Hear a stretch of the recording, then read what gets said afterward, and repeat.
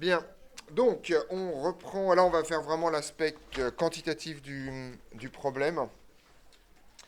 Et donc, on va regarder un peu les études quantitatives. Le petit 1, c'était quoi? C'était définition, c'est ça ou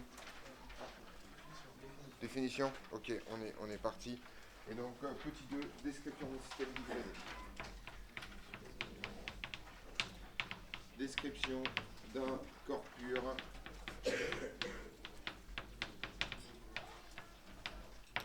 diphasé. Donc là, c'est la cinématique du problème. Voilà. Alors, l'idée est la chose suivante dans toute la suite. Donc, dans toute la suite, alpha et bêta désignent deux phases. Donc, pour plus de précision, alpha, ça peut donc être alpha et bêta, ça peut donc être solide, liquide ou vapeur. D'accord? S, L ou V. Et alpha est différent de bêta. Voilà. Donc, en gros, ça peut être soit un solide liquide, soit un solide vapeur, soit liquide vapeur. C'est un couple standard dans cette histoire. D'accord? Donc, en termes de notation, je les mets en définition, mais c'est plus des notations qu'autre chose. Donc, on note n de alpha, le nombre de moles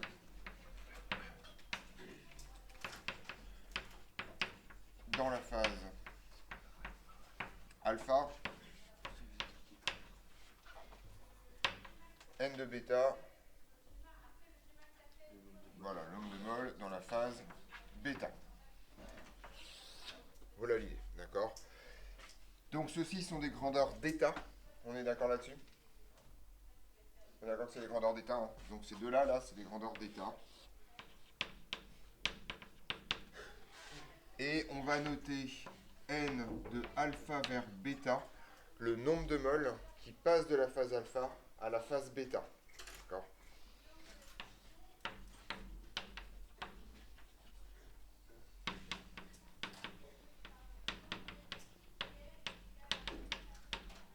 Donc ceci est une grandeur d'échange par contre.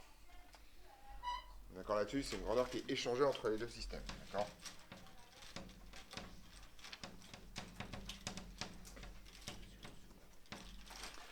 En termes de relations quasiment évidentes, on a... Alors déjà, on peut faire l'inverse. Ça c'est trivial, c'est l'application immédiate de ce qu'est une grandeur d'échange, le nombre de moles qui passe de la phase alpha vers bêta. Donc bien sûr on parle d'une transformation, c'est-à-dire par exemple le nombre de moles qui se sont évaporés, ou le nombre de moles qui ont fondu, d'accord, dans cette histoire-là. C'est effectivement exactement l'opposé de celles qui sont passées de la phase bêta vers alpha. Alors cette relation sert presque à rien, sinon à vous raconter que ce n de alpha vers bêta peut être négatif. D'accord? Si vous avez par exemple je sais pas moi, une solidification, vous avez en fait n de moins, un nombre négatif de moles qui passe de la phase solide vers la phase vapeur dans ces histoires. On est d'accord là-dessus? Donc ça c'est la première relation qui est presque évidente, mais surtout il y a deux autres relations qui sont extrêmement importantes. La variation du nombre de moles de alpha, c'est l'opposé de la variation du nombre de moles de bêta dans une transformation d'un état initial à un état final. D'accord? C'est-à-dire qu'a priori, vous ne faites pas disparaître des molécules. D'accord? Voilà. Et ça, en fait, c'est le nombre de moles qui transitent de la phase alpha. C'est moins le nombre de moles qui transitent de la phase alpha vers la phase bêta de I vers F. Vous êtes d'accord avec ça? D'accord? Si vous avez n moles qui sont passés de la phase alpha vers la phase bêta, ça signifie que les nombres de moles dans la phase alpha a diminué d'autant. Et le mol de bêta, ça a augmenté d'autant. D'accord? Je peux la remettre autrement avec un... Si vous voulez, je peux la faire avec un peu moins de moins. Je peux la mettre comme ça, si vous préférez. C'est la même, hein. J'ai juste multiplié tout par moins 1. D'accord? Donc si vous voulez la noter comme ça, elle est peut-être plus intelligible. Bon, il y aura un peu moins de moins. Mais c'est une relation triviale, hein, globalement. C'est juste le fait que la matière se conserve dans un changement d'état, et que donc, globalement, vous avez ça sans problème. On est au clair là-dessus? Voilà. Donc ça, c'est vraiment vous n'avez pas besoin de l'apprendre par cœur, hein. C'est vraiment une histoire de conservation. Alors, un truc qui est intéressant, donc comme d'habitude, ceci est une grandeur extensive, c'est des grandeurs qu'on n'aime pas trop manipuler, on préfère manipuler des grandeurs intensives pour qu'elles soient universelles sur l'intégralité des systèmes, et donc c'est ça qu'on va faire aujourd'hui. Donc, on désigne par fraction molaire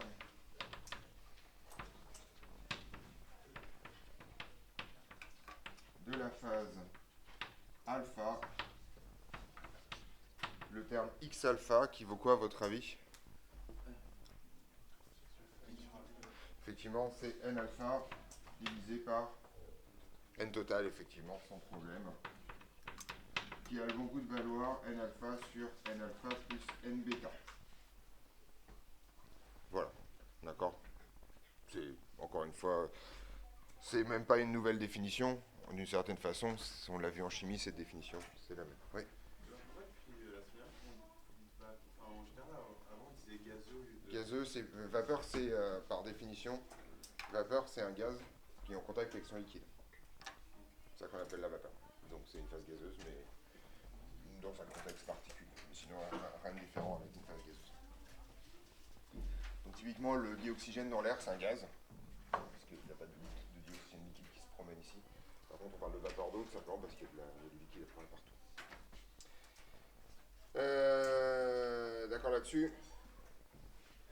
Et bien entendu, on a théorème de base.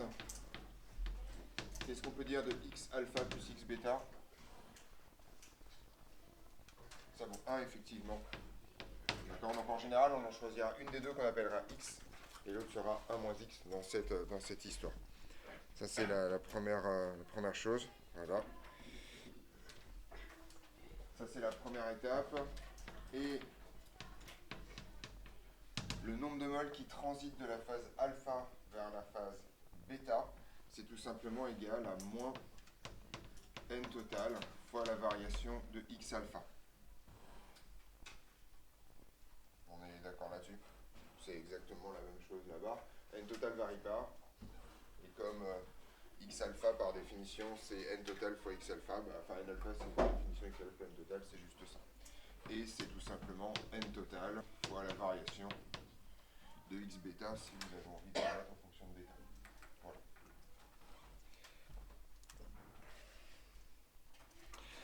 Alors on a une remarque assez intéressante dans ces histoires-là qui nous permettra d'être très glissant sur les notations. Ça c'est plutôt cool, d'accord.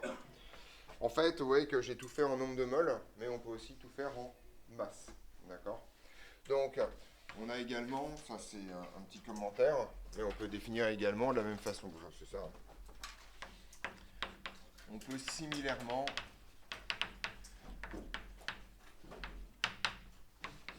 définir la masse de la phase alpha, la masse de la phase bêta, et la masse qui est passée de la phase alpha vers la phase bêta. Je ne vous refais pas le texte, c'est pas très compliqué dans cette histoire-là. En fait, un truc qui est extrêmement intéressant dans cette histoire, c'est qu'on peut faire des relations avec ça. La masse de alpha, par exemple, si j'ai envie de le relier à n de alpha, ce sera quoi?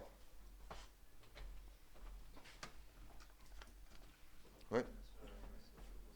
C'est effectivement fois la masse molaire de la phase alpha. D'accord? Mais en fait, comme c'est un corps pur, la masse molaire, par exemple pour l'eau, la masse molaire du liquide et la masse molaire de la vapeur, c'est la même. On est d'accord? Et donc ça va vous donner un truc assez intéressant. C'est qu'en fait, vous avez un facteur commun entre les deux, ce qui est assez rare en général quand vous faites de la fraction molaire à la fraction massique, c'est pas la même chose. Si vous avez plusieurs constituants différents, mais là, comme vous n'avez qu'un seul constituant, en fait, c'est la même masse molaire. Donc ça, c'est juste la masse molaire.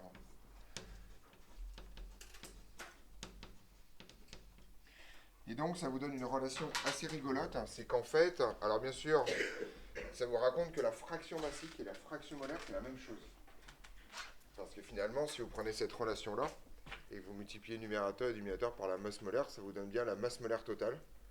Ou donc la masse totale, pardon. Ça veut dire sinon la masse totale et la masse de la phase alpha. Et donc ça, c'est assez intéressant. Parce que globalement, et c'est pour ça que parler de fraction molaire, c'est un truc qu'on va faire beaucoup, parce que si vous connaissez la façon dont la fraction molaire change, vous connaissez des informations soit sur la masse, soit sur le nombre bémol, ça revient littéralement au même. Donc en gros, x alpha, c'est aussi égal à la masse de alpha sur la masse totale. Et x bêta, c'est égal à la masse de bêta sur la masse totale. Et donc c'est les mêmes x, donc grosso modo la fraction molaire et la fraction massique, c'est la même chose dans ce cas-là. Je vous rappelle qu'en général, ce n'est pas le cas. Il faut qu'il y ait qu'un seul constituant pour que ceci se passe bien. Voilà. Alors, où est-ce que j'en suis?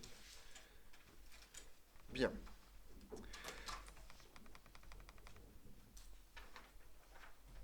Ok. Alors, ça c'était pour les relations générales. Ce que je vais faire à partir de... Alors, on va faire un truc simple.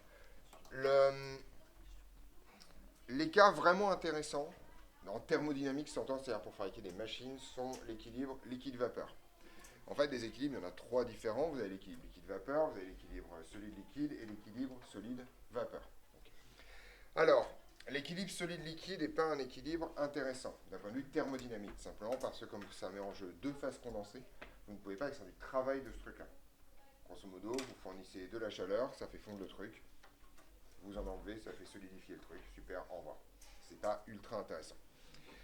Le cas solide gazeux serait intéressant, parce qu'on peut extraire du travail de la phase gazeuse, mais faire circuler du solide dans des tuyaux, c'est compliqué, parce que c'est un solide. D'accord ? Donc en fait, en vrai, d'un point de vue machine thermique, dans une perspective thermodynamique appliquée, l'équilibre le plus intéressant, c'est en fait essentiellement l'équilibre liquide-vapeur. C'est ce qui se passe dans votre frigo, c'est ce qui se passe dans n'importe quelle machine thermique qui implique la circulation d'un fluide. Une pompe à chaleur, un condensateur, etc., etc. Vous faites circuler des fluides, grosso modo, et vous vous débrouillez pour faire des changements d'état. D'accord ?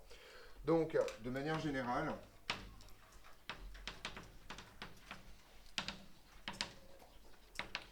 le cas intéressant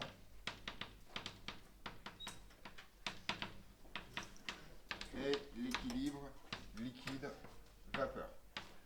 Donc grosso modo, je vais dire que alpha c'est le liquide et que bêta c'est la vapeur. D'accord ? Donc on se limite à ce cas dans la suite, même si je reviendrai sur les formules générales, d'accord, après, mais pour l'instant en tout cas je vais faire ça. Alors, je fais ça juste parce que j'ai constaté avec le temps que les formules avec alpha et bêta, c'est des formules qui sont assez abstraites pour vous. Alors que si je mets liquide vapeur, ça passe un peu mieux. Donc, dans les formules qu'on va utiliser beaucoup en liquide vapeur, on va faire ça. D'accord ? Donc, soit alors une grandeur extensive que je vais appeler grand Y. D'accord ? Voilà, d'état.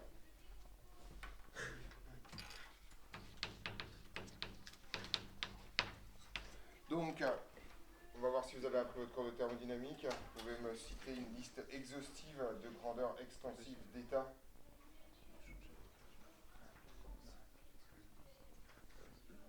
Le volume, effectivement. Donc ça peut être V. Ça peut être la quantité de matière, effectivement. Alors, N et M ne m'intéresseront pas pour ce qu'on va faire après. Extensive, j'ai dit. Donc, vous en avez appris deux de plus quand même. Alors, c'est pas d'état.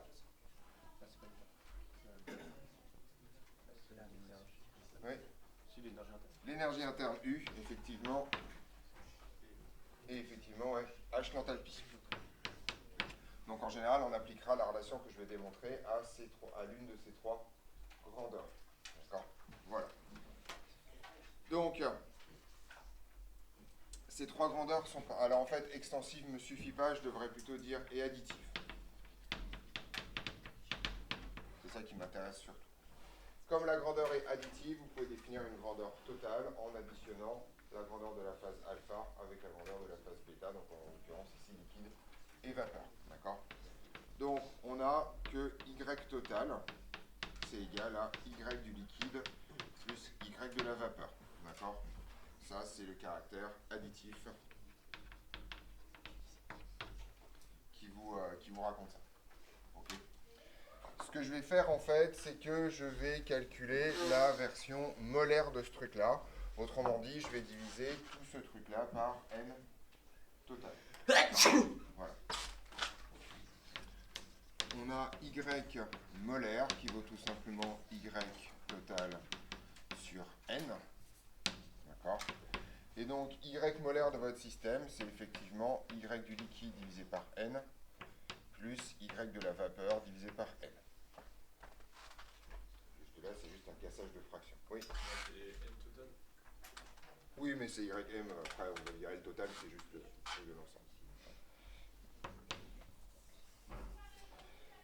Alors, en fait, je vais ensuite utiliser le fait que y liquide est également une grandeur extensive et que y de la vapeur est aussi une grandeur extensive et donc je peux l'écrire en fonction de la grandeur molaire de chacune des phases.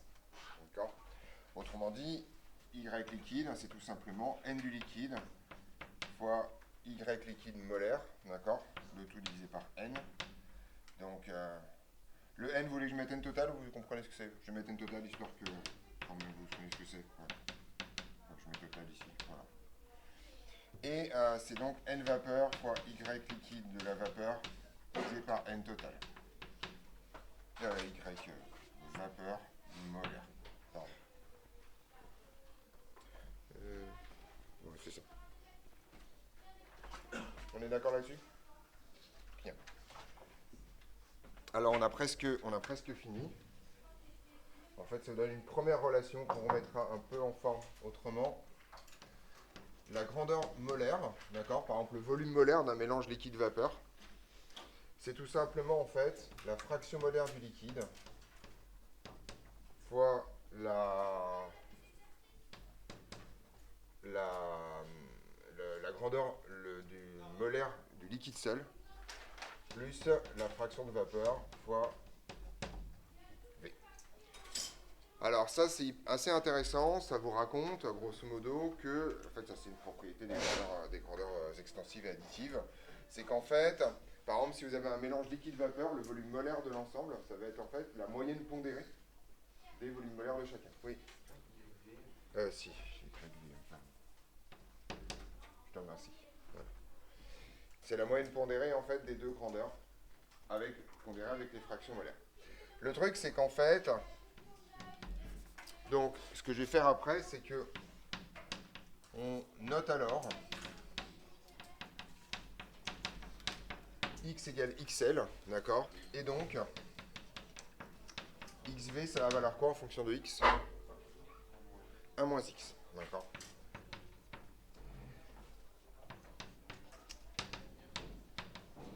On en tire donc que ym, ça va être x facteur de YV molaire et YL molaire, d'accord? Ça c'est simplement une substitution. Et en fait, ce que je vais faire, c'est que je vais isoler x. Parce que grosso modo, vous allez pouvoir calculer x avec ça. Vous voyez que ça c'est une équation du premier degré en x, c'est-à-dire que si vous mesurez votre grandeur molaire globale, que vous connaissez les grandeurs molaires du liquide seul et de la vapeur seule, vous pouvez directement en tirer la valeur de x. Alors là, c'est pas très compliqué. On va le faire directement comme ça. X est donc égal. Alors ce qui va être facteur de x ici, vous voyez que c'est la grandeur, si je mets tout ça de l'autre côté, ça va être y de la vapeur moins y du liquide. D'accord.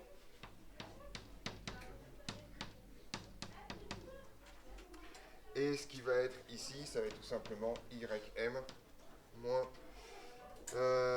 moins y du liquide. Voilà, si j'ai pas fait de bêtises. Non, je fais de bêtises. Qu'est-ce que je fais? J'ai un problème de signe. C'est l'inverse, il est en Oui, non. Oui, c'est parce que je suis débile. J'ai dit, c'est parce que je suis con. Pardon. Je me suis trompé la définition de x. X, on prend x vapeur en général. C'est pour ça que c'est la bonne formule. Mais je me suis juste mélangé les pieds. Donc, je vais y arriver. Donc, c'est 1 moins x ici. X ici. Voilà. Et là, j'ai bien x vapeur moins x liquide. Et de l'autre côté, ym moins x liquide. C'est bon. Parfait. Voilà. C'est la bonne formule à la fin. Mais c'est juste pas la bonne définition. Vous avez changé? X c'est XV. Voilà. Alors, cette formule-là, elle vous raconte plein de choses. En particulier, par exemple, vous voyez que si votre, votre mélange a exactement la même fraction molaire que le liquide, bah, ça veut dire que X vaut 0, ce qui est normal, vu que vous avez que du liquide. Et au contraire, si vous allez un peu plus loin, si votre mélange a exactement la même grandeur molaire que la vapeur, vous tombez bien sur le fait que X ça vaut 1, c'est-à-dire que votre système est intégralement rempli de vapeur. On est d'accord? Cette formule-là, elle est extrêmement importante parce qu'en fait, elle vous raconte que si vous tabulez ça et ça, et que vous pouvez mesurer ça, vous pouvez connaître la composition du système, c'est-à-dire, grosso modo, quelle est la fraction massique ou molaire que vous avez dans la phase liquide ou dans la phase vapeur. On est d'accord là-dessus? Voilà. Superbe. On est parti. Voilà. Donc, on va la retrouver un tout petit peu plus tard. Elle va avoir une valeur, celle-là. Mais il va falloir qu'on s'intéresse beaucoup plus spécifiquement à l'équilibre liquide-vapeur et à la physique du problème, qui est une physique très riche. Et donc, on est parti. Cas de l'équilibre liquide-vapeur.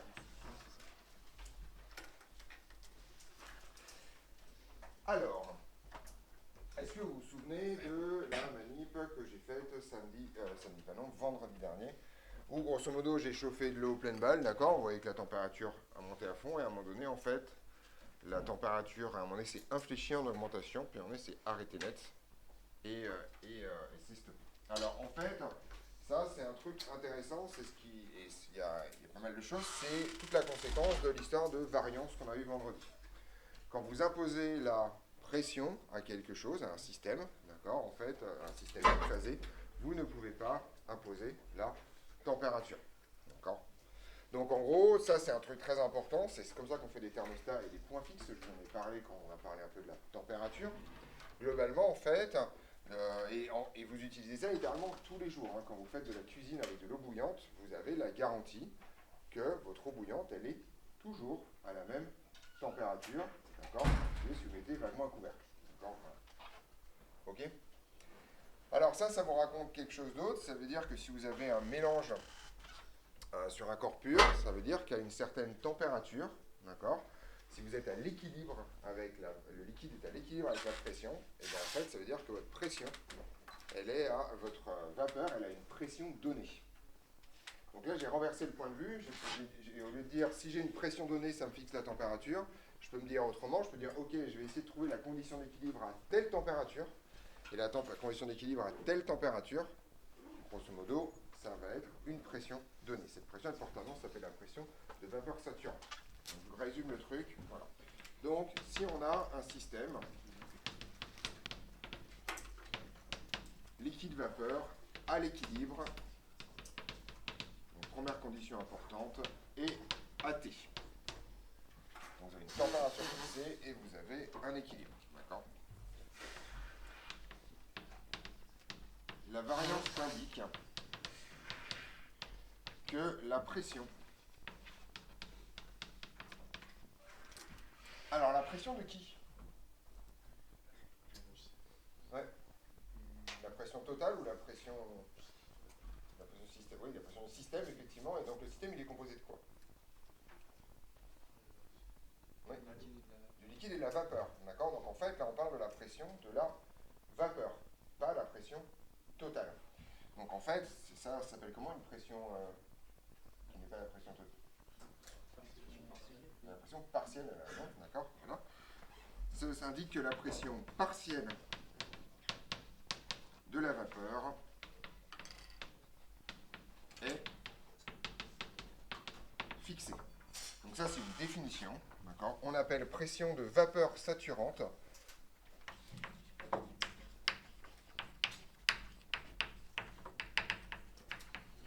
pression de vapeur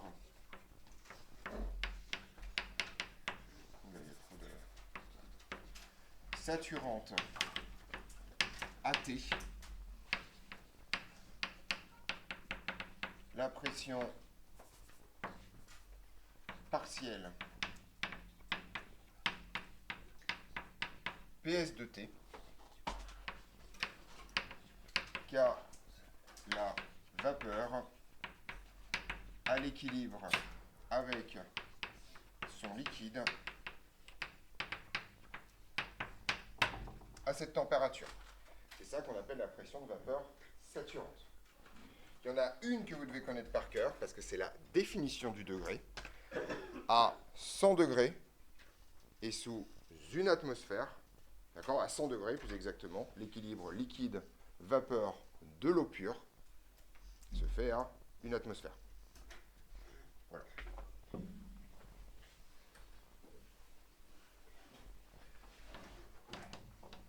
À 100 degrés Celsius, la pression partielle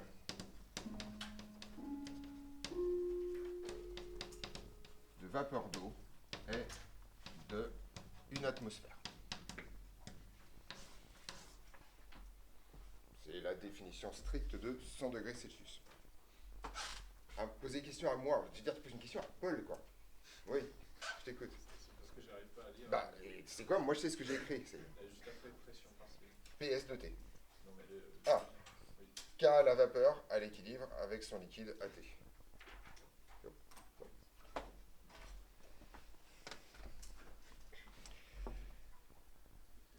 On est d'accord là-dessus? Voilà, ça c'est la pression de vapeur saturante. Oui, pression de vapeur saturante. La pression, par contre c'est dans mon exemple, ça va pas du tout. La pression, j'ai pas la partielle, la pression saturante de vapeur d'eau est de 1 atmosphère. C'est ça la pression saturante.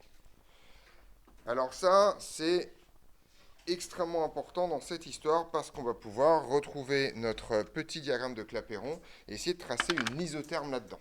D'accord? Et on va essayer de piger. On peut alors, là je veux toute votre attention parce que c'est le truc difficile dans ce chapitre-là, il faut que vous compreniez comment ça marche. Une fois que vous aurez pigé ça, il n'y a plus rien qui vous résiste. D'accord? On peut alors construire une isotherme en Clapeyron. Alors Clapeyron c'est qui? Enfin c'est quoi comme diagramme? Le volume molaire en bas, en abscisse, et la pression. Alors attention, ici, c'est la pression partielle de vapeur. D'accord? Donc je vais l'appeler P1-10V. D'accord? Pour que ce soit clair que c'est la pression partielle de vapeur et pas la pression totale. Petite remarque, quand j'ai fait bouillir ma manip avec de l'eau qui bout, c'est pour ça qu'au départ, mon eau s'est mise à bouillir alors que j'étais à 80 degrés des poussières, tout simplement parce que la pression partielle de l'eau au-dessus était beaucoup plus faible. Et ensuite, on a rempli le ballon de vapeur d'eau en chassant l'air, et à l'arrivée, vous n'avez que de la vapeur d'eau qui est en équilibre, en pression avec l'extérieur. On est d'accord? Voilà. Alors, on va comprendre et on va essayer de tracer une isotherme. Alors déjà on va supposer que si vous êtes, donc il y a un truc relativement simple, on va donc devoir savoir où sont les diverses phases. Alors ça c'est pas très compliqué. Vous voyez le volume molaire ici, ça veut dire que la vapeur et le liquide sont, grosso modo le domaine du liquide va être à peu près où et le domaine de la vapeur va être à peu près où. Ouais. Effectivement le liquide va être plutôt vers la gauche pour les volumes molaires faibles, parce que c'est une phase condensée, et au contraire la vapeur va plutôt occuper le terrain à droite du graphique. Okay. Donc, ce que je sais, c'est que la partie vapeur va être ici, et la partie liquide va être ici. Pour l'instant, j'ai absolument rien fait dans cette histoire, mais je fais ça. Et entre les deux, je vais avoir une zone de coexistence entre le liquide et la vapeur. Pour bien comprendre ce qui se passe, si vous avez du liquide seul, et que vous le chauffez, à un moment donné, vous allez avoir de la vapeur qui va apparaître, et vous voyez X qui va augmenter. X va passer de 0, liquide pur, à 1, vapeur seule, durant tout le processus d'évaporation. Okay.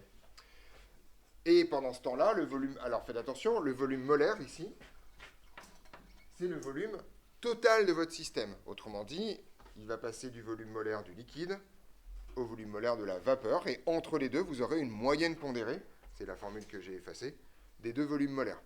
Okay. Donc ça, c'est le volume molaire. Ça, c'est le volume molaire du système total, du système entier. Qu'on comprenez bien de quoi on parle, d'accord? C'est vraiment compliqué, parce que contrairement à ce qui se passait quand on avait un gaz tout seul, le volume molaire, bon, on comprend ce que c'est, là c'est vraiment un mélange entre, une espèce de moyenne entre le volume molaire du liquide qui est en bas et le volume molaire de la vapeur qui est au-dessus. D'accord? Grosso modo, c'est le volume total divisé par le nombre de moles total. Ça revient au même, mais il faut bien comprendre qu'il y a deux sous-systèmes dans cette histoire qui n'ont pas les mêmes volumes molaires propres. Alors, la courbe est relativement simple ici. Ça a quelle gueule dans cette zone-là si on suppose que la vapeur se comporte comme un gaz parfait? C'est une isotherme que je suis en train de tracer. Hein, d'accord? Voilà. Isotherme, gaz parfait. Oui, c'est ça, ça va c'est une branche d'hyperbole, d'accord? Donc on est d'accord que ici, il va se passer un truc comme ça. D'accord, voilà. Donc au départ, on va avoir vraiment une courbe sympa qui est l'isotherme d'un gaz parfait. Mais vous n'êtes pas sans savoir que si je commence à me rapprocher du liquide, ma vapeur ne va plus se comporter comme un gaz parfait. Excuse-moi, dis-moi, jeudi, Oui. tu es en TP ou En TP, on fait le... Ouais, je fais TP. D'accord. Voilà. Le matos qui est là, je te le laisse. Plus besoin, c'est bon, j'en ai plus besoin. Bah écoute, tiens, on va le récupérer. Allez. Moi, je le ferai après. Comme tu veux. Donc je vous ai raconté que lorsqu'un gaz commençait à se rapprocher de son point de condensation, il ne se comportait plus comme un gaz parfait, tout simplement parce que les molécules commencent à se voir. Ça, il faut bien comprendre, vous avez toutes les billes pour piger ça. Si votre gaz est proche de se transformer en liquide, ça signifie que Van der Waals commence à parler. Parce que ce qui fait la cohésion d'un liquide, c'est Van der Waals. Si Van der Waals commence à s'exprimer, vous ne pouvez pas dire que les molécules ne se voient pas les unes avec les autres. D'accord, qu'il y a une contradiction dans les termes. Vous ne pouvez pas dire les molécules ressentent les interactions de Van der Waals et les molécules n'ont pas d'interaction entre elles. Donc en gros, ça signifie que vous allez dévier du modèle du gaz parfait à un moment donné ou à un autre. D'accord? On ne sait pas trop comment, on va essayer de comprendre. Alors pour l'instant, je laisse un petit trou ici. Ce qui m'intéresse, c'est que vous comprenez comment ça va se passer après. Donc là, ce que je suis en train de faire comme transformation, c'est j'ai un gaz isotherme, d'accord? J'ai un petit thermostat autour là, qui maintient la température constante, on est d'accord? Et je diminue son volume. Autrement dit, je suis en train d'augmenter la pression. Donc j'appuie dessus, doucement, d'accord, mais sûrement. Mon gaz va donc réagir au départ en augmentant son volume.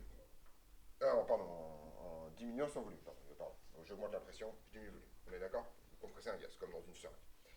Et à un moment donné, vous allez atteindre le moment, la pression, de vapeur saturante, où en fait votre gaz va préférer se condenser plutôt que de continuer à baisser son volume à lui. Ça ne veut pas dire que le volume total ne va pas baisser. Mais le mécanisme va changer. Le volume total va changer parce qu'il y a une partie du gaz qui va se transformer en liquide, qui est une phase condensée, pour le coup. D'accord? Et une fois que vous êtes là, et que vous êtes à l'équilibre, la pression, elle est fixée à la pression de vapeur saturante par définition. Autrement dit, votre isotherme devient également une isobare. D'accord? Et ça a quelle gueule, une isobare sur un... C'est une horizontale. Donc en gros, vous allez avoir une gigantesque droite ici, enfin un segment de droite ici, d'accord, voilà. Et puis là, ça va se faire bisou, un peu comme ça, d'accord? Donc la déviation avec le gaz parfait, c'est ici, c'est quand ça commence à courber pour faire ça, d'accord? Vous allez avoir un point particulier ici, d'accord? Voilà, on va lui donner des noms après. Et donc vous voyez que quand vous allez diminuer le volume, vous continuez à appuyer sur votre piston, la pression ne change pas. Quand vous allez appuyer sur votre piston, ce qui va se passer, c'est que votre vapeur va se transformer en liquide. Donc le volume va se casser la gueule, c'est normal parce que le liquide occupe un volume plus faible que la vapeur, pour le même nombre de moles. Mais par contre, votre pression ne va pas changer. Okay. Et à un moment donné, qu'est-ce qui va se passer? La quantité de vapeur diminue au fur et à mesure. Et donc, qu'est-ce qui se passe à un moment donné? Effectivement, il n'y a plus de vapeur. On est d'accord? Donc là, vous allez arriver à un point qui est à peu près par là. Donc on s'en fout un peu. Hein. Alors en fait, je vous rappelle qu'il y a un facteur 1000 entre ça et ça. Donc en fait, le point, théoriquement, il est collé à l'axe si on veut être vraiment rigoureux. Mais là, il faut bien que vous voyez quelque chose. Question ensuite, donc ici. Donc là, vous avez que de la vapeur avec juste une petite goutte de liquide. D'accord? Et ici, vous avez que du liquide avec une bulle. L'étape d'après, vous n'avez plus de gaz, vous n'avez que du liquide. Qu'est-ce qui se passe si vous essayez de baisser le volume d'un liquide? Vous ne pouvez pas en fait, hein. Le liquide est incompressible, donc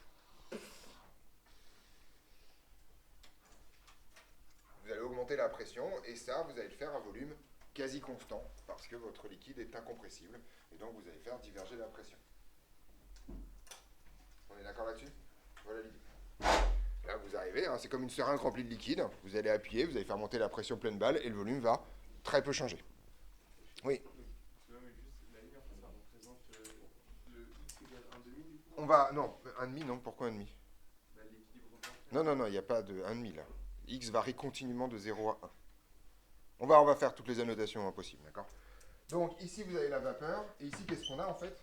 La fraction, la partie où la ligne est horizontale. Vous avez quoi comme phase ici? Bah les deux. Liquide et vapeur, d'accord? Donc ça c'est liquide, plus vapeur, à l'équilibre. Alors maintenant on met des commentaires partout.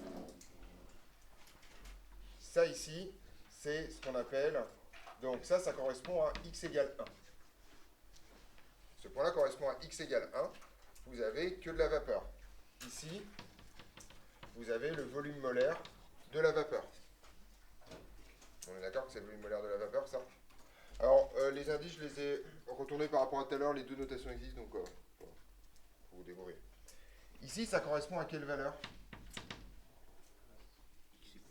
X égale à 0, vous avez fait disparaître toute la vapeur. D'accord? Donc là, c'est x égale 0.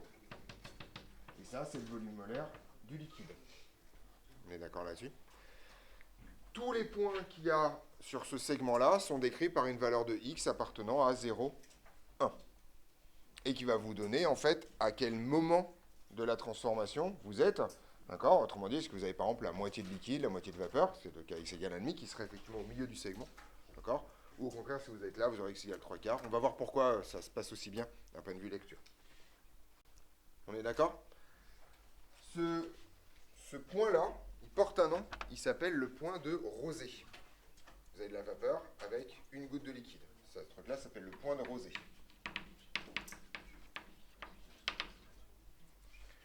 Ce point-là porte un nom, c'est vous avez que du liquide avec une bulle dedans, c'est ce qu'on appelle le point d'ébullition. Je t'écoute, Samy. En fait, avec une seringue, imaginons on a du liquide et de la vapeur dans la seringue. Oui. Quand on appuie, la vapeur elle va se transformer En liquide, tout à fait.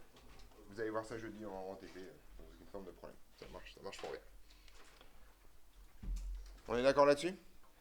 Donc là, vous avez une isotherme, d'accord, qui est un peu bizarre. On retrouve l'isotherme. Alors, vous voyez qu'on retrouve les deux isothermes qu'on connaissait déjà. Isotherme du gaz parfait. Et une isotherme qu'on n'a jamais tracée, parce qu'elle n'a aucun intérêt, c'est l'isotherme du solide. Si vous êtes à même température, vous êtes à même volume. Voilà. Puisque la seule façon de faire changer le volume d'un solide, ou d'un liquide en l'occurrence, c'est de le faire se dilater de façon thermique. Oui. Point d'ébullition.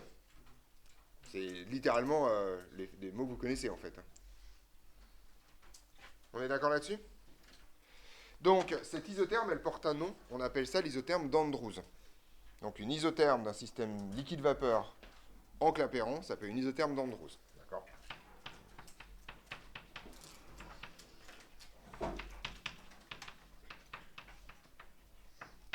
Donc là, ça s'appelle une isotherme d'Andrews. C'est une des courbes les plus importantes de ce chapitre. Il faut que vous compreniez vraiment ce qu'elle raconte bout par bout.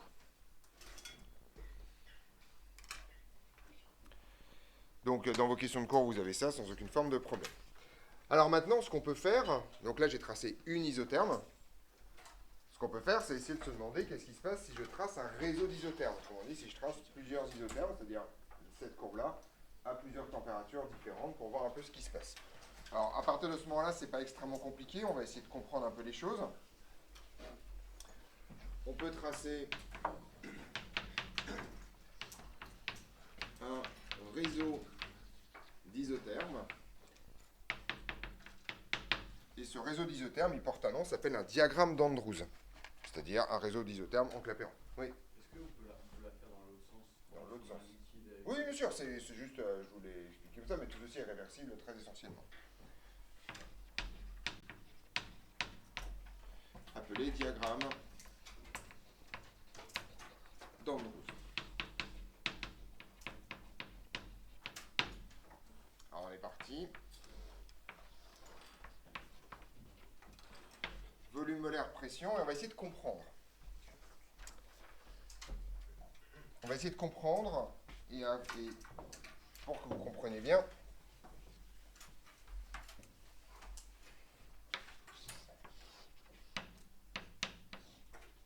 vous vous souvenez de celui-là? Je ne l'ai pas fait en entier, mais voilà. Vous vous souvenez qu'est-ce qu'il y a ici?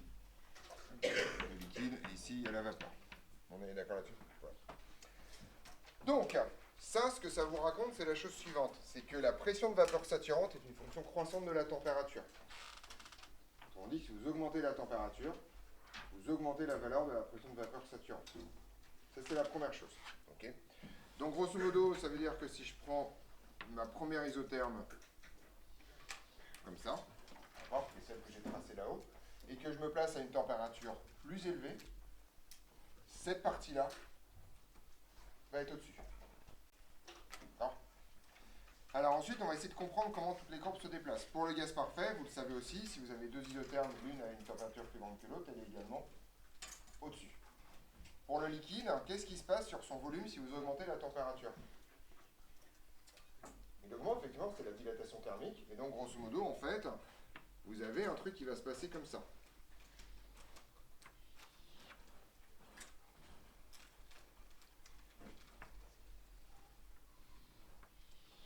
D'accord? Etc., etc. Et là, je suis en train de mettre en exergue des points là, qui sont les différents points d'ébullition. Et ce point-là et ce point-là, qui sont les différents points de rosée. D'accord? Vous constatez qu'ici, il y a un point qui est le point critique. C'est le moment, en fait, où vous passez. Et donc, en fait, vous voyez que cette courbe-là a tendance à aller par là. Cette courbe-là a tendance à aller par là. Et donc, à un moment donné, ces deux courbes vont se rejoindre et former une cloche. Donc, en fait, la courbe formée par ça, ça va former une cloche dont le sommet est le point critique. Donc là, ça ne va pas être très compliqué. Je vais dessiner ça en deux parties. Donc, en fait, votre cloche, elle a cette tronche-là. D'accord? Elle passe par les points là, c'est pas très beau ce que j'ai fait. Voilà. Et de l'autre côté, elle a cette tronche-là. Pas très beau en dessin chronologique, mais ça vous le savez déjà. Voilà.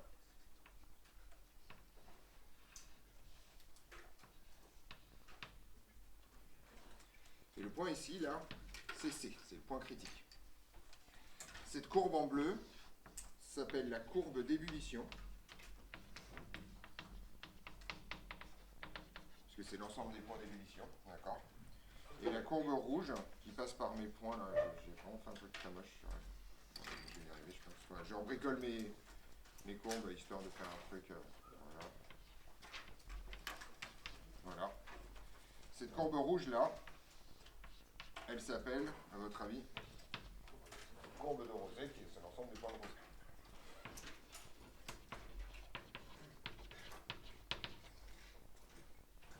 Et ça, donc, c'est le point critique.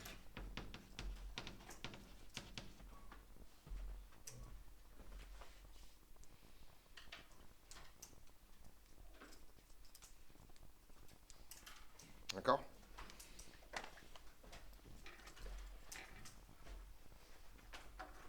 Donc voilà ce qu'on appelle un diagramme d'Andrews. C'est tout simplement le tracé de tous ces isothermes-là et rejoindre par une courbe l'ensemble des points d'ébullition qui sont là et l'ensemble des points de rosée qui sont là. Ça a en général cette tronche-là, globalement. Alors maintenant, on va faire un peu de calcul sur le sujet et on va broder un peu sur notre relation là-bas. D'accord? Donc, on a ici un XV qui vaut le nombre de moles de vapeur sur NL plus NV. Je vais l'appeler X. D'accord? Ça, c'est la fraction molaire de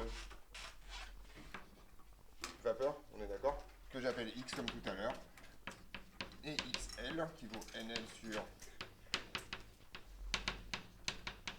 qui vaut 1 moins X. D'accord? Donc là, je vous rappelle les notations qu'on a déjà utilisées tout à l'heure pour faire ça.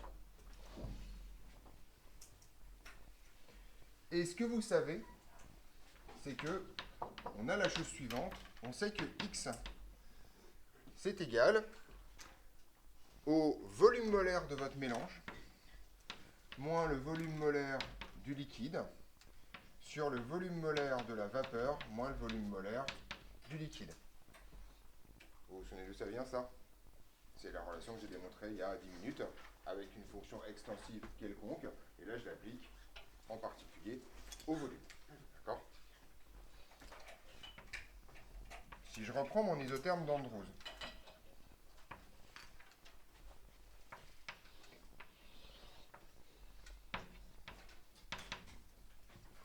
P de vapeur, volume molaire.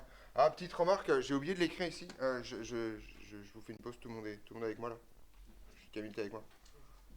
Ici, j'ai oublié d'écrire quelque chose d'important, je l'ai dit, mais il faut quand même que j'écrive. C'est quoi la valeur de la pression ici? C'est la pression de vapeur saturante, hein, d'accord? Ça, c'est PS. Juste, faut quand même l'écrire à un moment donné ou à un autre, ça serait pas mal, même si c'est évident. Par définition, ça serait peut-être pas mal de l'écrire. Vous avez toutes et tous complété le diagramme ici? Sofiane, c'est bon? Kevin, c'est bon? Donc, je reprends mon isotherme d'Andrews ici. On va regarder les termes, en fait, de toute cette histoire-là, d'accord? Où est-ce que je lis le volume molaire du liquide seul? Si je veux le lire sur le graphique. Effectivement, le volume molaire du liquide seul, c'est ça. Si je veux lire le volume molaire de la vapeur seule, alors je lis au point de rosée. Alors, vous voyez que là, il y a un petit problème, c'est que pour le liquide, ça marche, ça monte tout droit, donc on n'a pas trop de problème. Pour la vapeur, il y a plein de trucs là. On n'oublie pas qu'on doit être à l'équilibre liquide-vapeur. Si vous êtes là, vous n'êtes plus à l'équilibre liquide-vapeur. Et donc, en partie, vous n'êtes plus à la pression de vapeur saturante. Donc, en fait, ici, c'est le volume molaire de la vapeur à cette température et à cette pression. Donc, en fait, vous le lisez littéralement ici. Ok, hein. Je rappelle en dessous que ceci correspond à x égale 0 et que ceci correspond à x égale 1.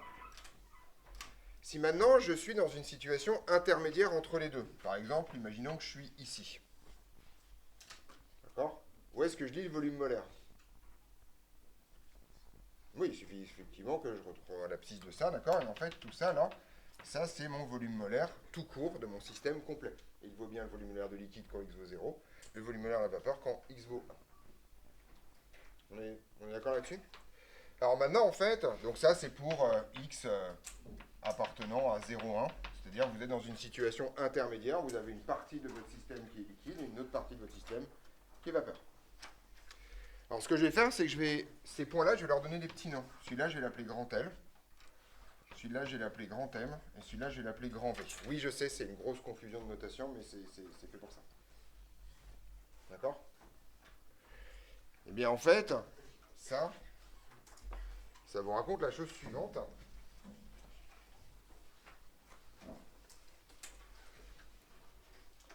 C'est quoi finalement graphiquement cette valeur-là? Non, mais graphiquement, là, volume VM moins VML, si vous voulez lire sur le dessin, qu'est-ce que vous mesurez en fait? Oui. La distance au point. Entre quel point et quel? Au point de pression saturante. Ouais, mais il s'appelle comment ces points? Ah, L et Effectivement. Elle est? élevé. Non, pas élevé. C'est pas le rapport entre L et élevé. Effectivement, ça en fait, c'est la longueur du segment LM. D'accord? Et ça, c'est la longueur du segment LV. C'est-à-dire que si vous avez un diagramme comme ça, vous savez où est le point M, vous posez une règle littéralement. Vous faites le rapport entre les deux distances et vous avez X. D'accord? Voilà. Et donc en fait, on trouve la chose suivante. X est égal à LM sur LV. C'est vraiment une histoire de mesure de longueur, littéralement. Ce truc-là s'appelle la règle des moments. Tata! Oui, il y en a un autre qui se cachait quelque part. Parce qu'effectivement, ça ressemble littéralement à la façon dont il faut mettre des moments pour que le point d'équilibre soit en M. C'est ça que ça vous raconte, en fait. Voilà. Tout simplement parce que tout ceci tourne autour de la même chose, des moyennes pondérées, ou pour les plus performants et performantes d'entre vous, des barycentres. D'accord? Elle arrive. C'est pour ça que ça s'appelle la règle des moments, cette histoire. Oui? Sur le graphique, c'est marqué FP et en indice. Vapeur. Pression de vapeur.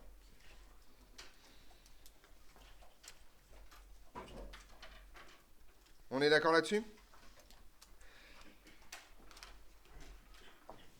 Donc, en général, moi, je préfère utiliser celle-là parce qu'elle est plus explicite, mais la règle des moments est au programme. Et surtout, ça vous raconte que si je vous fournis un graphique qui ressemble à ça, Vous pouvez littéralement sortir une règle. D'accord? Vous pouvez mesurer littéralement les trucs et voilà. Et c'est pour ça tout à l'heure que quand Simon a parlé de x égale 1,5, je sais que m est au milieu pour x égale 1,5. C'est pas évident en fait, parce que on n'est pas gradué en x ici, on est gradué en volume molaire.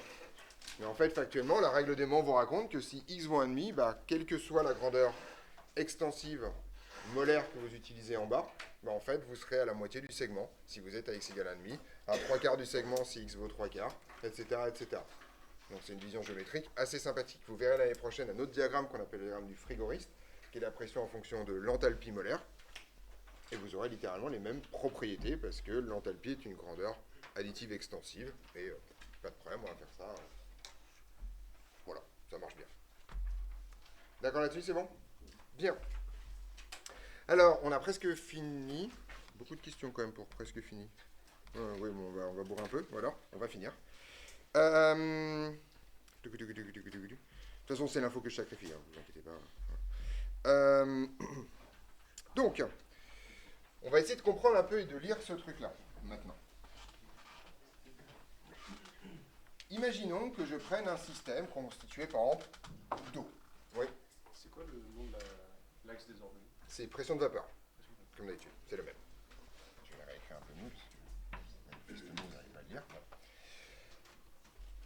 Donc j'ai de l'eau, voilà, j'ai de l'eau, d'accord? Liquide ou vapeur. Si j'ai une pression qui est plus petite que ma pression de vapeur saturante, d'accord? Dans quel état à l'équilibre je vais être? C'est écrit là. Effectivement, si ma pression est plus petite que ma pression de vapeur saturante, en fait, grosso modo, je vais être obligé de remplir l'air, de faire évaporer l'eau, jusqu'à en fait ce que tout soit vapeur. Ça, c'est la raison de fond pour laquelle l'eau s'évapore, quoi qu'il arrive, sur Terre. D'accord? La pression en général de l'eau dans l'atmosphère est toujours plus petite que la pression de vapeur saturante, ce qui fait que l'eau liquide, seule, sur Terre, est instable au niveau du sol. Oui, ça marche. Je n'ai pas compris pourquoi c'est vapeur. Bah, parce que c'est là. D'accord. Ça, c'est la pression de vapeur saturante. Si vous êtes en dessous, à l'équilibre, vous êtes vapeur. C'est littéralement écrit là. Oui. Mais du coup, si on diminue la température, on peut faire changer. Effectivement, bah, tu sais très bien que le linge sèche pas bien à basse température et que si la température est trop basse, ça sèche plus. Ça dépend pas uniquement de l'humidité de l'air. C'est ça dont on parle, l'humidité de l'air. L'humidité de l'air, je vous rappelle, vous l'avez déjà croisé en exercice, le taux d'humidité, c'est la pression partielle de l'eau divisée par sa pression de vapeur saturante. Si vous êtes à 100% d'humidité, ça veut dire que vous êtes ici.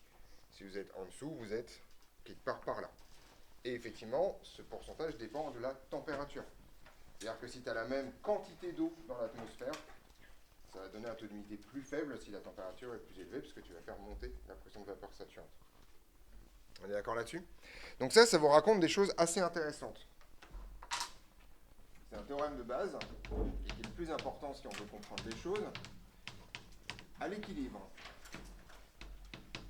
si la pression de vapeur est strictement inférieure à la pression de vapeur saturante,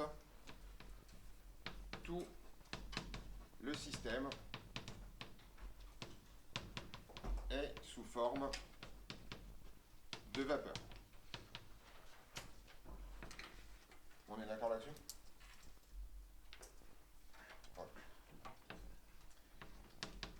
Si la pression de vapeur est égale à la pression de vapeur saturante, qu'est-ce que ça nous raconte? On a une coexistence liquide-vapeur. D'accord?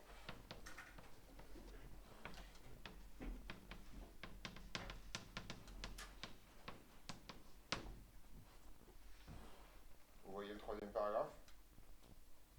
Oui. P vapeur qui est supérieur à P saturant, du coup enfin, tous les systèmes sous forme de liquide. Tout à fait. Pourquoi je ne l'écris pas? Qui voit le bug? Donc on la refait. Si la pression de vapeur est plus grande que la pression de vapeur saturante, alors tout le système est sous forme liquide. Pourquoi c'est pas possible? Ouais. Ouais. C'est pas exactement la question en fait, ouais. La pression saturante, c'est la limite. Non, mais pourquoi? C'est bien. Parce qu'après, il y a juste plus de vapeur. Il n'y a plus de vapeur. S'il n'y a plus de vapeur, c'est quoi la pression partielle de vapeur? Bah, c'est zéro. Comment est-ce que zéro peut être plus grand que la pression de vapeur saturante? Ça vous raconte un truc hyper important. L'état liquide seul à l'équilibre n'existe pas. Tout simplement parce que, quoi qu'il arrive, si vous avez du liquide tout seul, sans sa vapeur, alors la pression partielle de vapeur vaut 0. Et donc, vous allez évaporer votre liquide jusqu'à ce que vous atteigniez la pression de vapeur saturante. Quoi qu'il arrive. Oui. Et si on prend, je sais pas, un récipient d'eau, mais que est vide, Tu vas avoir de la vapeur dedans. Mais même, non, tu prends un récipient d'eau. Sans faire le vide, tu t'en fous. Tu fermes le bouchon. L'eau va s'évaporer légèrement jusqu'à ce que la pression partielle de l'eau à l'intérieur atteigne la pression de vapeur saturante à cette température. On n'a pas le choix. D'accord. Donc, le dernier cas est impossible.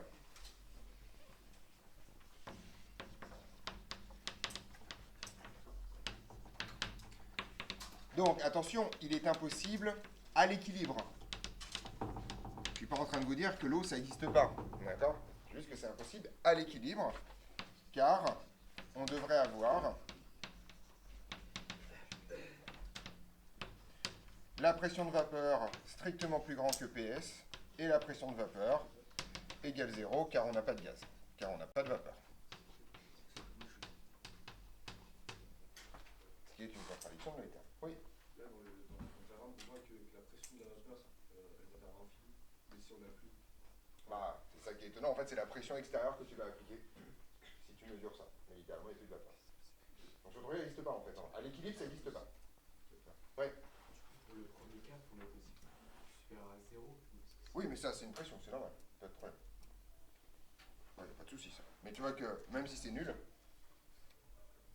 voilà. Puis après, ça va se mettre à l'équilibre. Mais effectivement, de toute façon, s'il n'y a que de la vapeur, pas de problème. A priori, la pression de vapeur est non nulle. Donc ça, c'est important à comprendre. L'état liquide seul à l'équilibre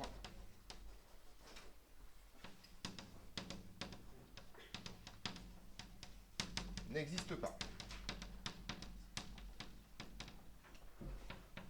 On atteint toujours au moins le point de rosée, le point d'ébullition, pardon.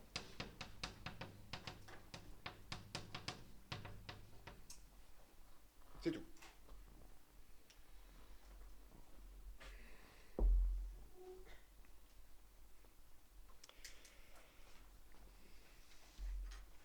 Alors, maintenant qu'on a toutes les billes, on va pouvoir commencer à aller un peu plus.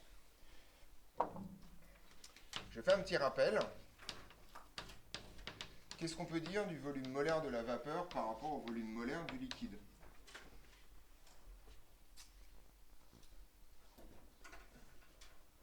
Oui. Ce volume molaire de la vapeur est plus élevé. Plus élevé même. Aspirateur, Il est salement plus élevé, d'accord? Je rappelle qu'il y a un facteur 1000 entre les deux, encore une fois. Bah, si. D'accord? Prenez une mole. Le volume molaire, vous êtes censé le calculer dans votre question de cours, d'accord? D'accord, c'est une question de cours que dans votre question de cours que j'ai pas traitée. Voilà, vous étiez censé faire. Voilà. Donc, vous avez calculé ce week-end, parce que vous avez travaillé votre thermodynamique, que le volume molaire d'un gaz parfait à 0 degré et à 1 atmosphère, c'était de 22,4 litres par mol. Vous l'avez fait. Vous l'avez fait, puisque c'est la question de cours numéro je sais pas combien. Moi, je sais qu'on l'a déjà fait. Quelque part, elle est pas là. J'ai cru la voir quelque part, non? Je l'ai oubliée. Elle y est pas? Elle y est peut-être pas, hein. Mais dans le gaz parfait, là, voilà. Donnez le volume molaire d'un gaz parfait à 25 degrés et 0 degrés sous pression atmosphérique. Question 3,27. On est d'accord que comme vous avez travaillé vos questions de cours ce week-end, vous êtes tombé sur cette question et vous avez bien entendu fait le calcul. Donc, voilà. Donc vous avez trouvé 22,4 litres pour 0 degré et 24 litres pour 25 degrés. D'accord? Donc là, si on parle d'une mole, si on parle de l'eau par exemple, c'est 18 grammes d'eau. 18 grammes d'eau qu'occupe 20 litres. C'est ça dont on parle, en grosso modo, c'est 20 grammes qu'occupe 20 litres, ça vous raconte qu'on est à peu près à 1 kg par mètre cube de vapeur.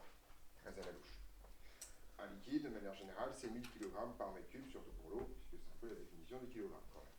Donc vous avez toujours un facteur 1000 d'accord, entre le volume molaire de la vapeur et le volume molaire du liquide. D'accord, pour une même quantité, la vapeur occupe 1000 fois la taille du truc. Ça veut dire que, dans toutes les dimensions, vous multipliez par 10 la taille, à peu de choses près. Donc, ça va vous donner une approximation qu'on va faire régulièrement, et ça vous raconte que dans votre diagramme d'Andrews, en fait, les parties très verticales, elles sont collées à l'axe des abscisses, sauf si vous représentez ça en échelle logarithmique pour résoudre ce genre de problème, vous commencez à avoir l'habitude. Donc, en gros, en fait, ceci permet d'approximer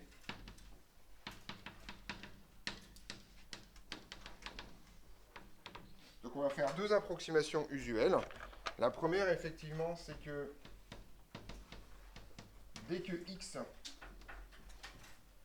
décolle de 0, et bien en fait le volume du liquide est négligeable devant le volume de la vapeur. Donc très vite, en général, dès que vous avez une fraction molaire qui vaut 0,01 ou encore 0,1, globalement le volume du liquide est très faible devant celui de la vapeur, tout simplement à cause des fractions de volume molaire. Et surtout, en fait, vous pouvez écrire que x, ça va être à peu près égal au volume molaire divisé par le volume molaire de la vapeur. Là, j'ai négligé à chaque fois la partie liquide dans cette histoire. Ouais. Et du coup, si on a un corps pur et on sait que j'ai n'importe quoi, que sa masse volumique est entre 50 et 500 kg par mètre cube, du coup, on pense qu'on est à l'équilibre ou on ne sait pas. Ah bah t'en sais rien, par contre t'es sûr qu'il y a de la vapeur dans le tas. Parce un liquide seul, c'est entre 100 et 20 000. Donc c'est un truc qui est à 50, t'es sûr qu'il y a de la vapeur dans le tas. Voilà, l'équilibre t'en sais rien, mais en tout cas t'es sûr qu'il y a de la vapeur dans le tas. Je suis pas du tout sur le bon truc là, voilà. On est d'accord, raison, ébullition, gna approximation, plus 1. Ok, super. On est d'accord sur la description d'un système diphasé? Dans le cas particulier du système liquide-vapeur, vous avez tout.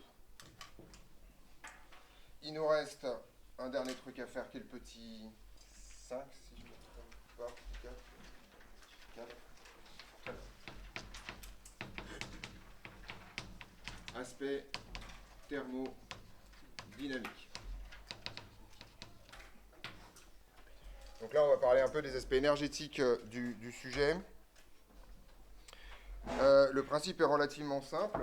Ok, vous souvenez de la manip? Je chauffe un truc pleine balle, la température monte.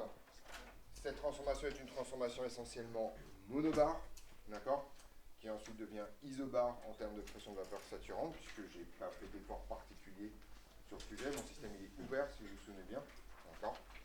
Et en fait, l'intégralité de l'énergie que j'ai fournie, de l'énergie thermique que j'ai fournie, a été utilisée pour faire évaporer le liquide et pas pour faire changer la température. Autrement dit, ça vous montre que quand vous avez un équilibre liquide-vapeur, il se passe autre chose que simplement un impact thermique sur le sujet. Donc là, c'est le premier truc. Donc déjà, première chose, un changement d'état, une évaporation, un changement d'état.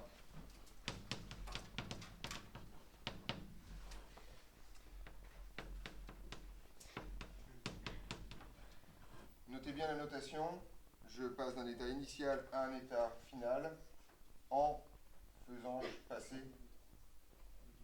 D'accord? Donc là, je caractérise la transformation. Ça, c'est un changement d'état et ça, c'est l'état initial et l'état final. D'accord? Je vais l'appeler comme ça. D'accord?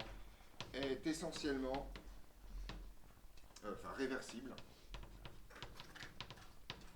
Est essentiellement une transformation isobar. D'accord? Et donc aussi d'après le diagramme d'Andrews, isotherme, isobar et isotherme.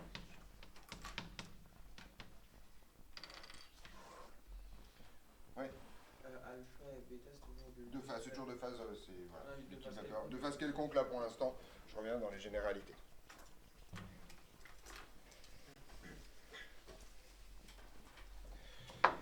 Et donc là on est parti, application du premier principe enthalpique.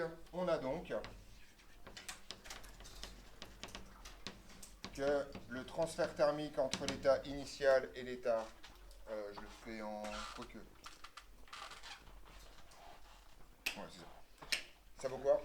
Si vous avez une isobar, c'est quoi le transfert thermique? Isobar, monobar?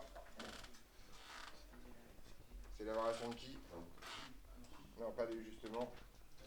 De H, effectivement. C'est la variation de IAF de H. Là, vous commencez à comprendre pourquoi H, on va beaucoup aimer ça dans le cas des changements d'état. Parce que, essentiellement, vous avez toujours des isobars monobars. Et donc, grosso modo, ça va être ça. On est OK là-dessus? Voilà. Alors là, on va l'écrire assez facilement. On va donc dire que c'est donc H final moins H initial. Là, j'ai pas dit grand-chose, j'ai juste exprimé ce que c'est qu'une variation d'enthalpie. Or, H est une quantité additive, d'accord? Une quantité, c'est ça. Et donc, en gros, je vais dire que ça, c'est H de la vapeur finale moins H du liquide final, d'accord? Plus H du liquide final. Donc, A, c'est H de la vapeur finale plus H du liquide final moins H de la vapeur initiale moins H du liquide initial. Ça, j'utilise essentiellement l'additivité de H.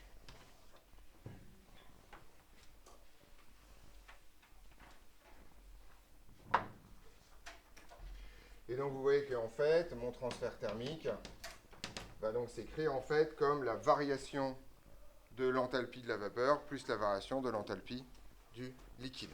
Ouais. Bah, VF, LF, VI, LI, c'est liquide vapeur. Pardon, c'est du alpha et du bêta. Pardon, je suis débile.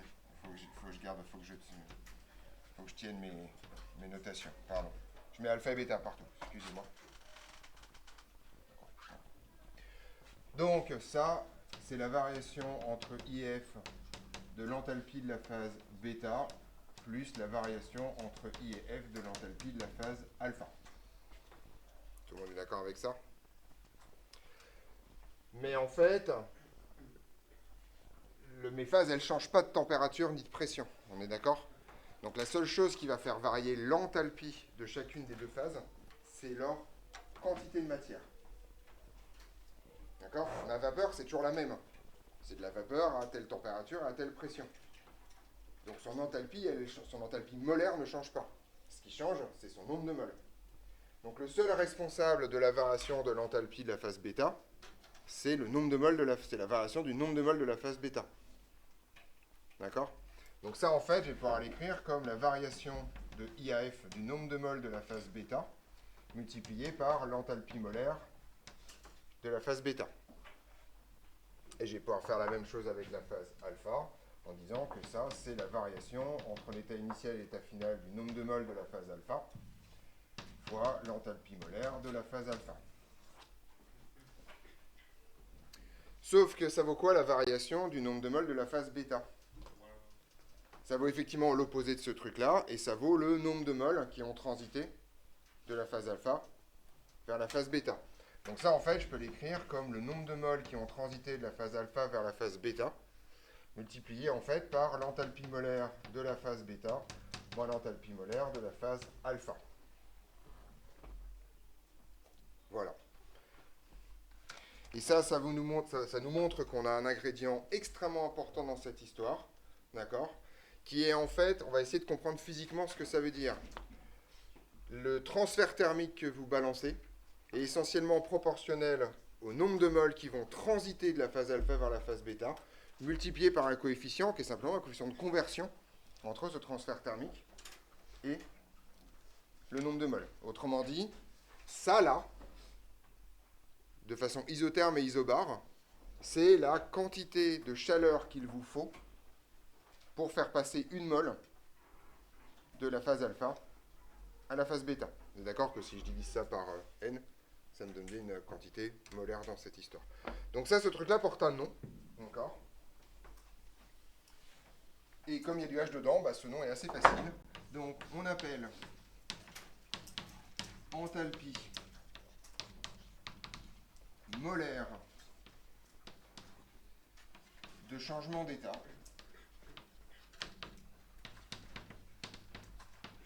Alors, l'ancien terme, c'est chaleur latente. Comme il traîne parfois encore, je vous le donne, d'accord, mais ça s'appelle plus comme ça, mais ça s'appelle la chaleur latente, d'accord. Ou chaleur latente, la grandeur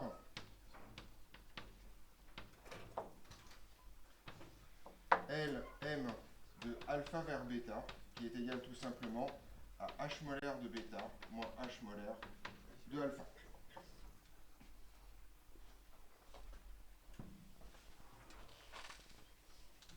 Alors, vous voyez que j'ai tout fait en divisant par n, mais j'aurais pu également raisonner, non pas avec les nombres de mol, mais la masse, d'accord? Donc, on définit également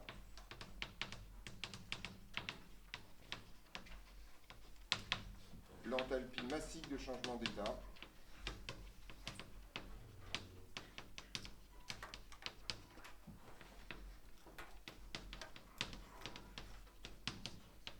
par L de alpha vers bêta qui est égal à H de alpha moins H de bêta pardon moins H de alpha avec des petites lettres pour diverses choses. Et bien entendu, L de alpha vers bêta, c'est L molaire de alpha vers bêta divisé par la masse molaire comme d'habitude. Alors on va avoir un certain nombre de propriétés. Première étape, si bêta est moins organisé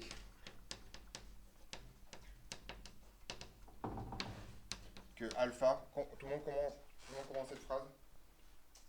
Que la phase bêta est moins organisée que la phase alpha, d'accord, on les classe solide, liquide, vapeur par ordre d'organisation. Et bien en fait, l'enthalpie molaire de alpha vers bêta est strictement positive. Autrement dit, vous devez toujours fournir de l'énergie pour passer du solide au liquide, pour passer du liquide à la vapeur, ou passer du solide à la vapeur. Oui. Oui, c'est ça. C'est la notation standard pour les grandeurs massiques. Je vous rappelle. Mais ça, vous le savez, puisque vous avez appris votre cours de thermo ce week-end. Voilà. Ça, c'est le premier théorème. Le deuxième théorème, c'est que l'enthalpie massique, l'enthalpie molaire de alpha vers bêta est une fonction croissante de la température.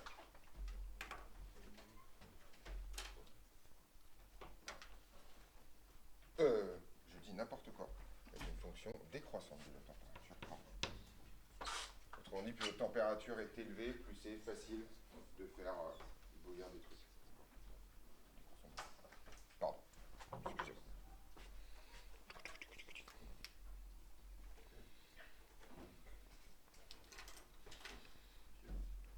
Oui, je t'écoute. Je vous ai demandé tout à l'heure, est-ce que vous comprenez ce que ça veut dire? Tout le monde a dit oui. Solide, liquide, c'est lequel le moins organisé? Ben voilà, t'as compris. C'est bon.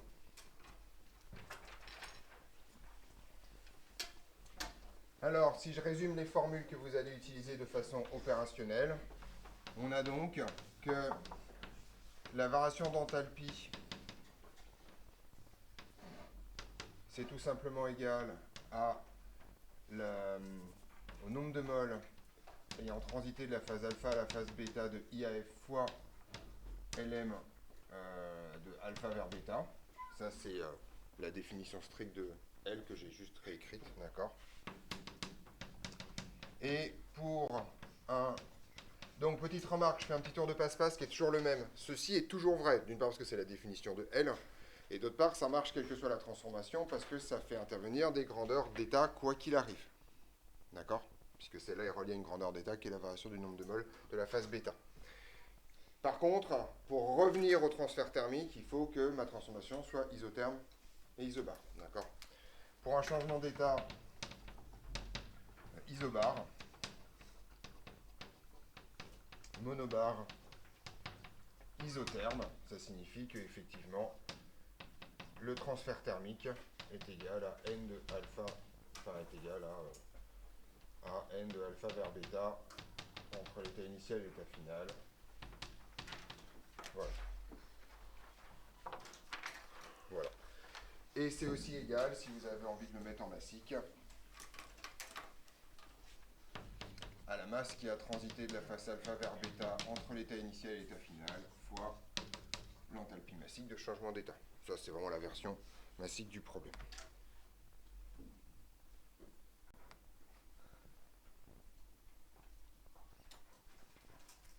Hein, quoi? Ah mais c'est bon en fait. Non, il n'y a pas de page. Hein. Je croyais qu'il y avait une page après. Mais non, il n'y a pas de page après, c'est fini, c'est la dernière question. Nice move, je suis dans les temps. Parfait. Oui. Isobar, monobar, isotherme. Changement d'état. Je ne sais pas quelle est la partie qui... On est d'accord là-dessus? Donc ça, en fait, ça vous raconte que l'intégralité de l'énergie que vous balancez est dépensée sous forme enthalpique. D'accord? Petite remarque, pour un équilibre solide-liquide, ça revient au même que de dire que c'est dépensé sous forme énergétique, puisqu'il n'y a pas de travail dans ces histoires, il n'y a pas de produit PV, et delta U et delta H, c'est la même chose. Pour la vapeur, ce que ça vous raconte, c'est que le transfert thermique que vous balancez là-dedans va servir à faire évaporer les choses, et il y en a une partie, en fait, qui est là pour pousser l'atmosphère, qui est le travail. D'où le fait qu'on utilise l'enthalpie et pas l'énergie dans cette histoire. Je vous rappelle que si vous écrivez le premier principe, Q c'est delta U plus delta W, donc il y a une partie qui va être bouffée par l'énergie interne de votre système, et une autre partie qui va être dépensée en travail. On est clair là-dessus? Bon, voilà. Donc, ça, ce chapitre-là, enfin la partie changement d'état, c'est le plus difficile. Tout simplement parce que c'est le moment où votre instant en thermodynamique ne marche pas. Vous dites, tiens, adiabatique, ça monte la température? Non. Enfin, on chauffe, ça monte la température? Non. D'accord? Quand vous chauffez un mélange liquide-vapeur, la température ne bouge pas. On est au clair là-dessus? Donc ça, c'est extrêmement important à comprendre. Et je vous invite fortement... Alors, je vois dans vos réponses que vous n'avez pas du tout suivi mes conseils de ce week-end. Hein, vous avez passé un grand week-end à bosser, manifestement. Je ne sais pas trop, d'accord? Vous allez souffrir. Je vous le dis très clairement, la thermodynamique, c'est difficile à partir de maintenant. Et donc, vous devez tout apprendre, et vous devez tout apprendre d'ici jeudi. D'accord? Le premier chapitre est terminé. D'accord? Mais je finirai la thermodynamique avant les vacances. Donc, vous allez vous faire traîner avec un croque-boucher derrière une voiture. D'accord? Parce que là, faut que vous compreniez ce qui se passe à partir de maintenant. D'accord? Donc là, vous avez un effort de mémoire et de travail à faire extrêmement fort d'ici jeudi pour que vous puissiez commencer à piger ce qui se passe tant en TP qu'en cours à partir de vendredi. Ok? Donc vendredi, on commence le second principe et les machines thermiques la semaine prochaine. Oui? Non, pardon. On est d'accord là-dessus? Ce paragraphe-là en particulier est un paragraphe difficile. Je le répète, c'est vraiment un truc important.